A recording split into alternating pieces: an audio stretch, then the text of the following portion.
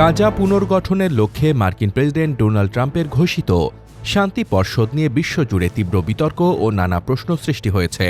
ধ্বংসস্তূপে পরিণত হওয়া গাজাকে পুনরুজ্জীবিত করার কথা বলা হচ্ছে। তবে এই উদ্যোগের আড়ালে ট্রাম্পের ব্যক্তিগত ব্যবসায়িক স্বার্থ এবং ঘনিষ্ঠ মহলের প্রভাব বিস্তারের চেষ্টা দেখছেন বিশ্লেষকরা। ট্রাম্প নিজেই এই শান্তি পর্ষদের প্রধান নিয়ন্ত্রক হিসেবে থাকছেন। পর্ষদটি মূলত বিলিয়নিয়ার এবং ইসরায়েলপন্থীদের একটি সংমিশ্রণ। এতে গুরুত্বপূর্ণ ভূমিকায় রয়েছে পররাষ্ট্রমন্ত্রী মার্কো রুবিও, মধ্যপ্রাচ্য বিষয়ক দূত স্টিভ উইটকফ, ট্রাম্পের জামাতা জ্যারেড কুশনার ও যুক্তরাজ্যের সাবেক প্রধানমন্ত্রী টনি ব্লেয়ার। এছাড়া বুলগেরীয় কূটনীতিক নিকোলে স্লাদেনভকে উচ্চ প্রতিনিধি হিসেবে মনোনীত করা হয়েছে। শান্তি পর্ষদের সনদে একটি বিতর্কিত শর্ত রাখা হয়েছে। কোনো দেশ এই শান্তি পর্ষদের স্থায়ী আসন পেতে চাইলে তাকে 100 কোটি মার্কিন ডলার ফি দিতে হবে।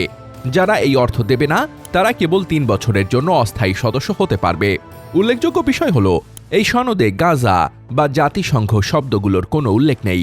ট্রাম্প একে জাতিসংঘের বিকল্প একটি চটপটে ও কার্যকর সংস্থা হিসেবে দাঁড় করাতে চাইছেন, যা মূলত আন্তর্জাতিক এই সংস্থাকে কোণঠাসা করার একটি কৌশল বলে মনে করা হচ্ছে।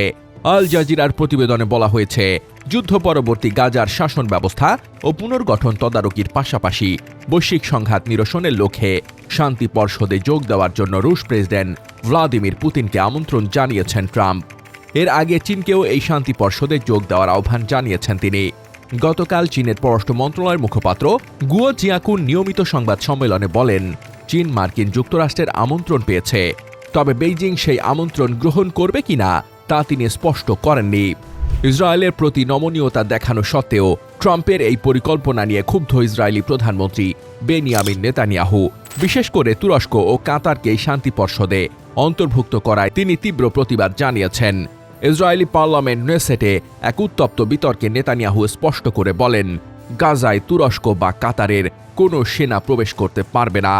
অন্যদিকে ইসরায়েলের বিরোধী দলীয় নেতা ইয়ার লাপিদ পরিস্থিতির কঠোর সমালোচনা করেছেন। তার মতে, হয় নেতানিয়াহু গোপনে তুরস্ক ও কাতারের অন্তর্ভুক্তিতে রাজি হয়েছেন, অথবা ট্রাম্প ইসরায়েলের স্বার্থকে পুরোপুরি উপেক্ষা করছেন। তবে নেতানিয়াহু নিজে ট্রাম্পের গঠন করা শান্তি পর্ষদে যোগ দেওয়ার আমন্ত্রণ গ্রহণ করেছেন। বুধবার তার দপ্তর এ তথ্য জানিয়েছে।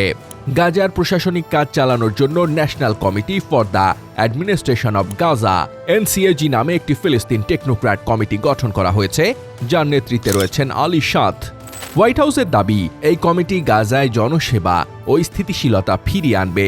তবে বিশ্লেষকদের মতে, মূল ক্ষমতা ট্রাম্পের মনোনীত প্রতিনিধিদের হাতে থাকায় ফিলিস্তিনিদের প্রকৃত সার্বভৌমত্বের স্বপ্ন আবারও অনিশ্চয়তার মুখে পড়েছে।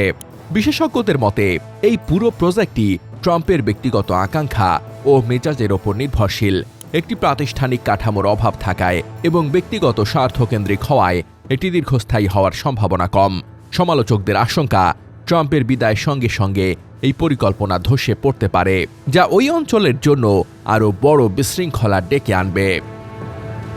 News desk, দুতিয়াল।